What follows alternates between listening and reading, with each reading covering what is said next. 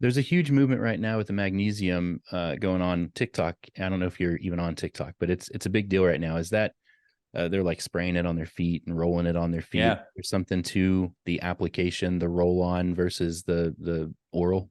Well, I think there's many forms of magnesium. If you take it orally, the form that you take does matter because some magnesium forms, like magnesium oxide, are literally just laxatives. Other forms of magnesium can cross the blood-brain barrier. There's a kind of magnesium called magnesium L-threonate.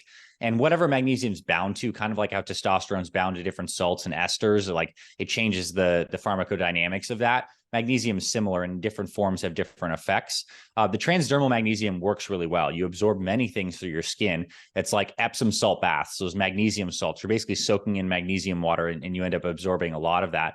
I'd say however you get your magnesium doesn't really matter to me too much. I would say I don't roll it on my skin anymore. I used to find some of those sprays and skin roll-ons like a little itchy. You can just take magnesium citrate, magnesium glycinate, magnesium L-threonate. These are some common forms, and they're really good. And the reason this is so important is because the end stage of all your metabolism, we focus on eating these right kind of calories or good nutrition. It all ends up in the mitochondria, which are these energy producing ATP powerhouses. And they use magnesium in the production of ATP in over 300 different biochemical reactions. So magnesium is a particularly important mineral, and many of our foods are kind of deficient. So it's a good idea to take some.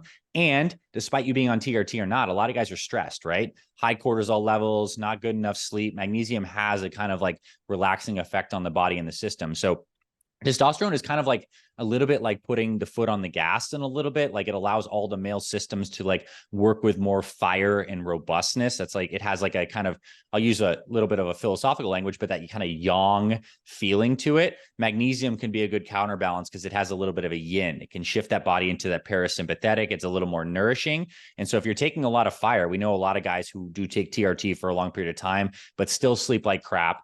That could cause a problem with your heart over time. And, it's not the TRT itself that's the fault, but the combination of high stress, bad circadian rhythm, and you're taking TRT, maybe your hematocrit's a little higher, that could be a recipe for disaster. So if you have more foot on the gas with the TRT, I think it's really good to have the restorative practices in equal focus.